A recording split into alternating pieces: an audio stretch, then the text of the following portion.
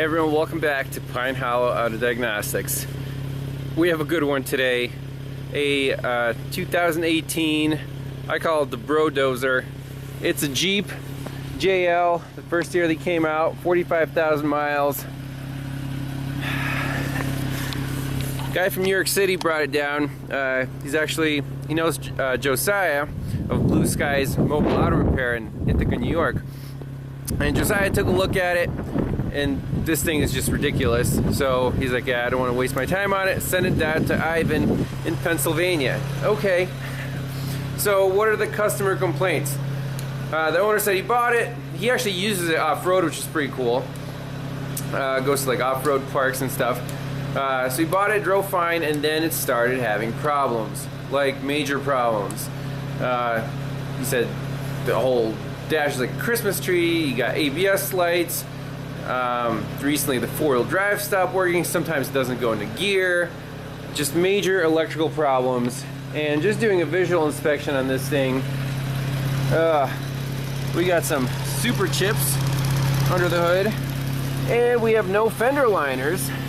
So all this stuff gets salty, wet, moist. I see like liquid electrical tape on there. The bulk connector is right next to the wheel. If you're going mudding, that's probably not a good thing. The owner told me it's a long story.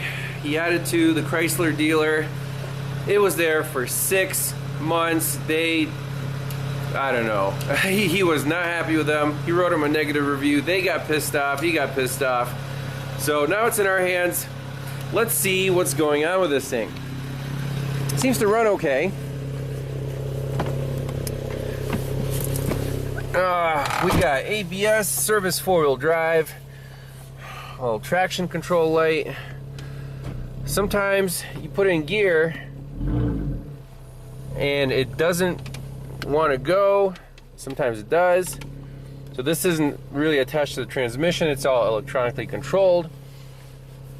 For this, to diagnose vehicles like this, the newer Chryslers, you need to be subscribed to auto auth. It's like the Chrysler Gateway authorization.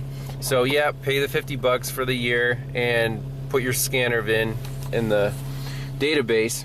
Here's the full code scan. It's a red tree. So I haven't touched it yet. I just scanned it for codes. Let's do a report. 45,000 miles. And this is going to be fun. I'm expecting communication codes if nothing works. So pre-repair. Alright, let's go. PCM. Implausible data received from brake control system. Implausible right rear wheel speed sensor signal. Lost stop start switch 1 and 2 message. Lost hood ajar switch message. Speed control message. A lot of messages lost. Lost communication with ORC. Lost communication with TCM. Lost communication with ABS. Lost communication with steering column control module. Can see. Okay. Lost communication with cluster, cabin compartment node, steering column module, with BCM, DTC present, ABS braking system, lost brake and torque messages. Okay. In the TCM, again, implausible data, incompatible limp in action, CAN communication messages missing, lost comm with ABS, torque signal request from TCM denied. Interesting. ABS 17 codes, all kinds of crap. Can't see bus performance, lost communication with everything. Alright, instrument panel cluster. Oh, let's see. Oh, this kind of skipped over here. That was ABS. SRS says can't see bus. Can't see bus in the BCM, lost comm. All kinds of good stuff. IPC can't see bus off performance. Blah blah blah. TPMS can't see bus again in the TPMS. EPS, and it just keeps going and going and going and going. Hey, look, the security gateway module is happy. So what do you do in this case? So the common theme here is the CAN C bus. We need a wiring diagram first and foremost, and then I want to clear out all these codes. We have the report saved. Let's just clear them out. Let's see, key off. In the run position, okay. Just want to give this thing a fresh start.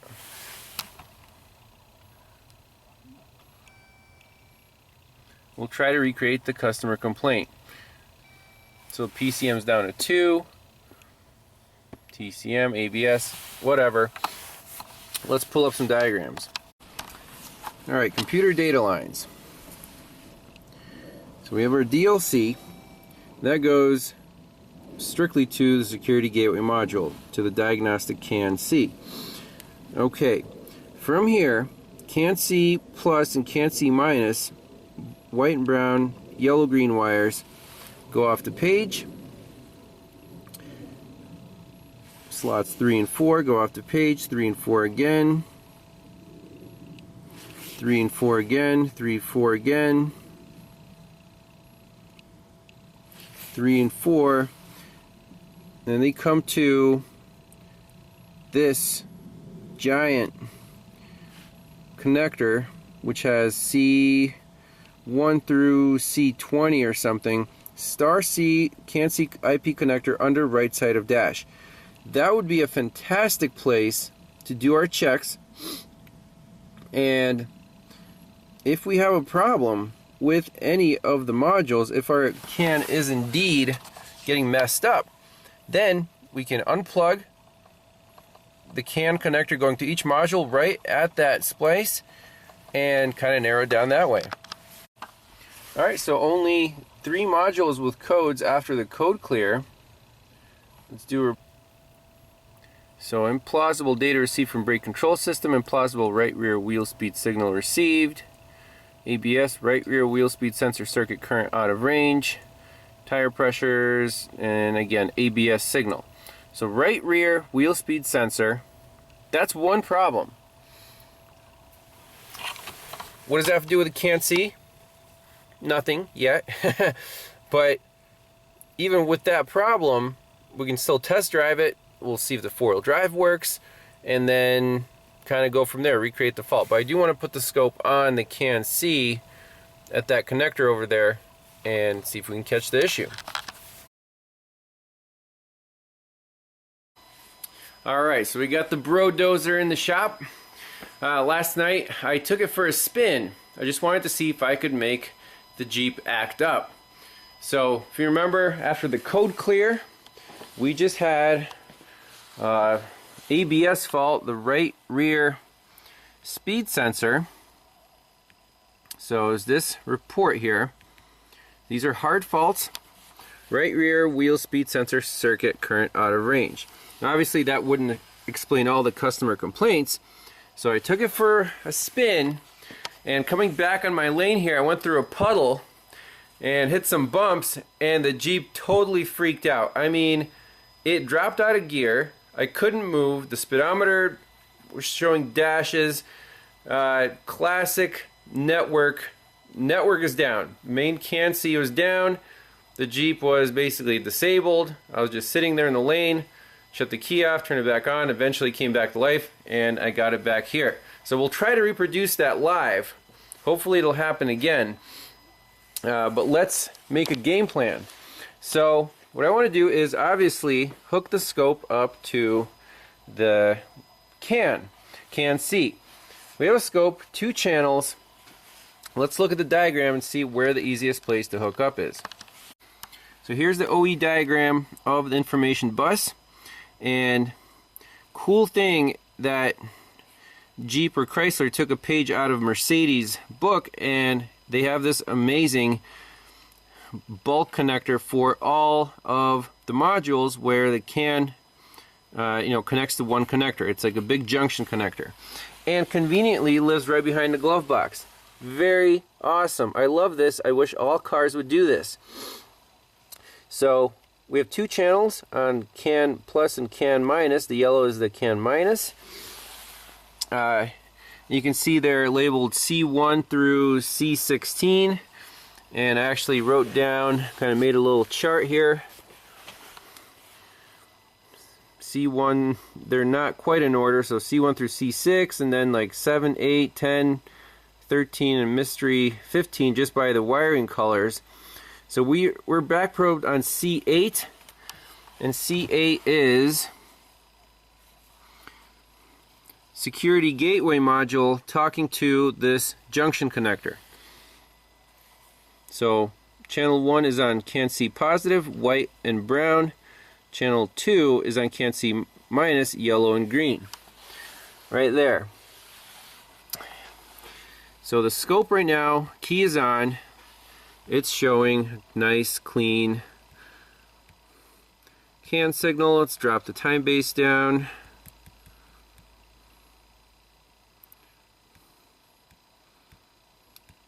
Very nice.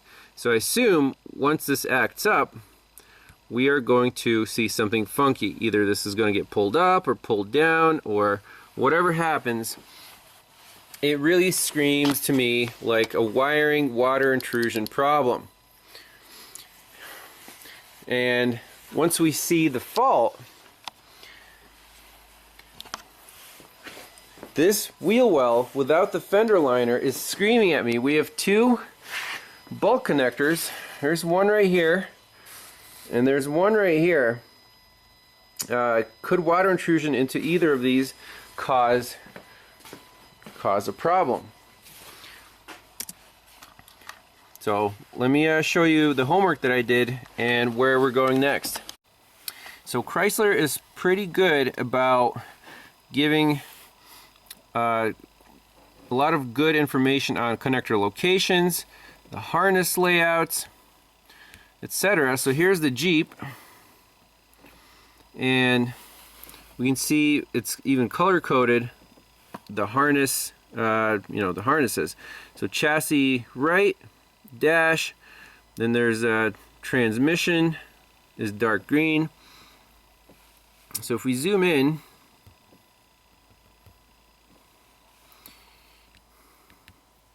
these bulk connectors, I found the numbers of them. So XY291A is the right hand chassis to the dash harness bulk connector, and then XY230A is the dash to transmission connector. So I have like 10 all data windows opened up here. So this is our X230A. There's the location. That's the one that's right here. So I want to see if there are any CAN wires here and if they're close to either ground or constant battery wire that could be pulling this thing up or down. So you go to connector view. There it is. And just look at the pins. So CAN plus and minus, low and high, are pins 29 and 30. And on the connector, that's going to be right here. So 34, 3, 2, 1, 30, and 29. So the 5th and the 6th one from the side. That would be right across from pins, let's see, 21, 20, 19, 18, like 17 and 16. And you can see like 17 is fuel quantity solenoid 12 volt supply. I don't know if that exists, maybe that's a diesel model, but just keep in mind what could be happening. Let's go to the brake system. Let's look at the ABS sensors.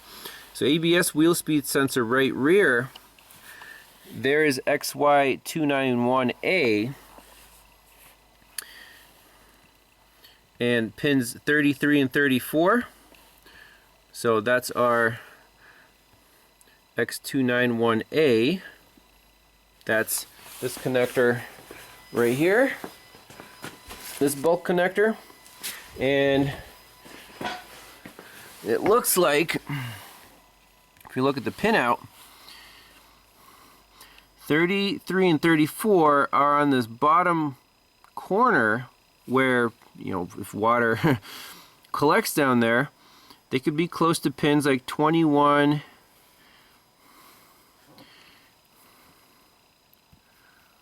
Let's see here. So 14, 15, 16, 17, 18, 19, 20, like 20 and 21, 33 and 34. Let's see what 20 and 21 are.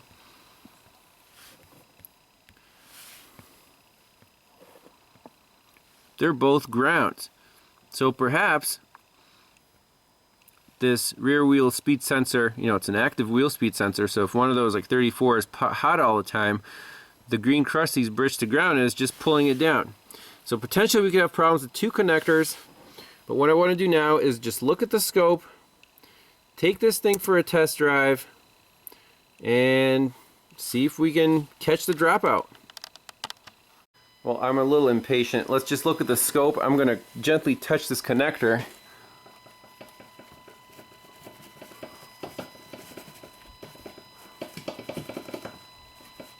I think we might have to go through a puddle. Well, I did the same route, but it's not as wet today, so it's running fine. Right rear sensor's missing, our can is perfect. So either we wait for wetter weather, or we manually reproduce this fault by like a spray bottle and just gently wiggling connectors, because, you know, I don't have all day to do that. Or we can focus on the ABS fault first, figure that out, and I don't know, just keep test driving. I really want to catch this can fault in the act before disturbing anything, and, you know, inadvertently fixing the network fault, because that's the more important one. Alright, let's pretend it's raining and just soak that connector down.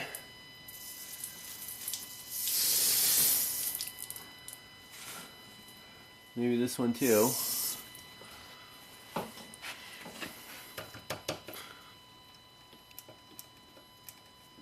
Can we reproduce this can fault?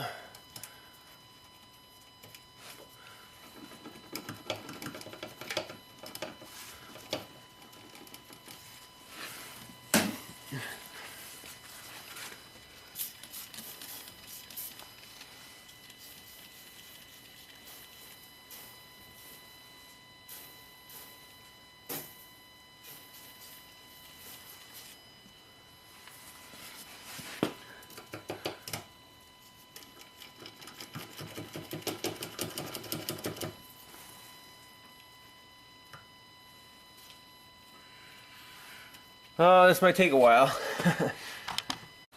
Well, here's connector XY291A. We're going for pins 33 and 34, rear, right rear wheel speed sensor.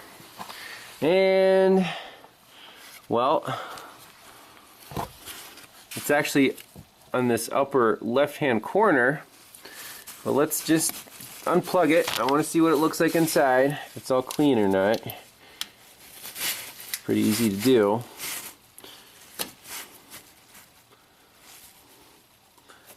I mean, I'm wondering if these faults are related or if they're not related.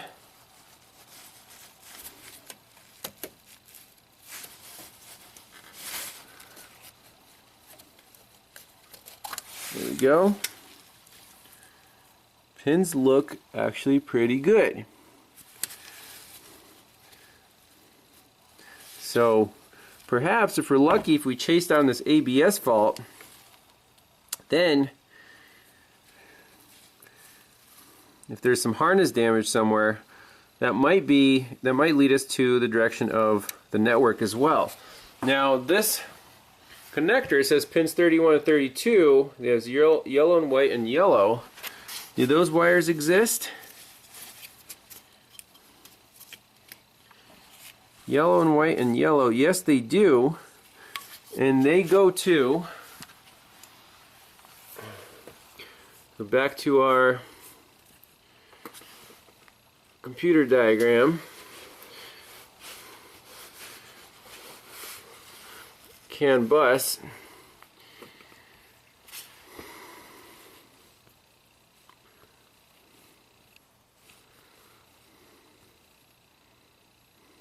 Transmission control.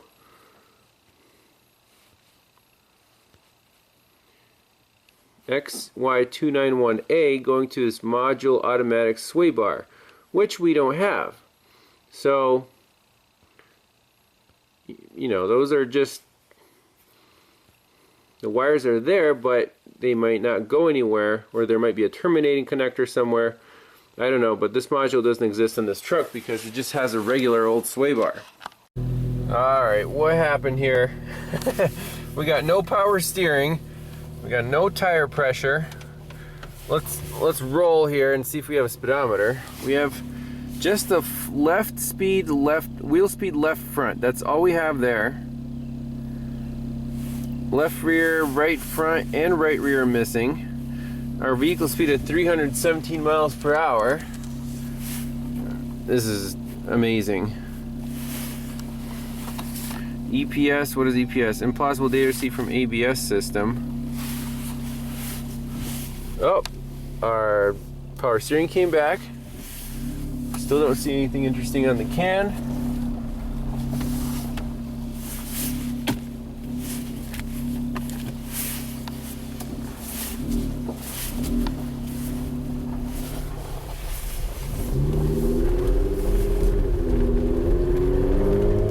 I guess there's no speedometer, and our red brake light is on. Very strange. Okay. Let's go back to ABS. We have 3 bad sensors now. Right rear was the original one, and then now left rear and right front. Now, what do all these sensors have in common? If we go to our brake system diagram, the only one that works is the left front. Right front, left rear, and right rear all go through connector XY291. Right rear, left rear, and right front. Very interesting. We unplugged that connector, plugged it back in, and now the car is fussing.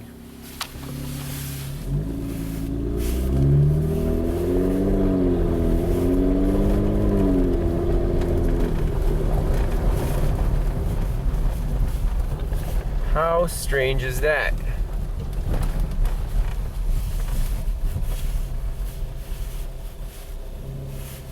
Okay. I mean, let's try to clear the codes one more time.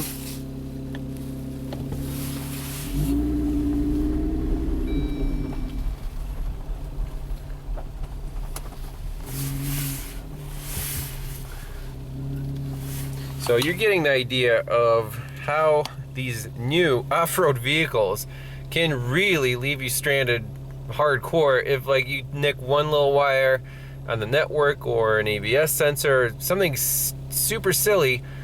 They're just so, they rely so much on these modules, and one module can take down the entire system. Like, does the 4-wheel drive work? Well, you can manually, the shifter is really hard to move, but you can shove it in there. And you know, I checked it yesterday, the tires do scrub, so at least you have that. But it's still, you know, it's kind of silly. Oh, and by the way, I left my cell phone in the garage. You can't do anything with the scanner. Oh man, they just lock you out.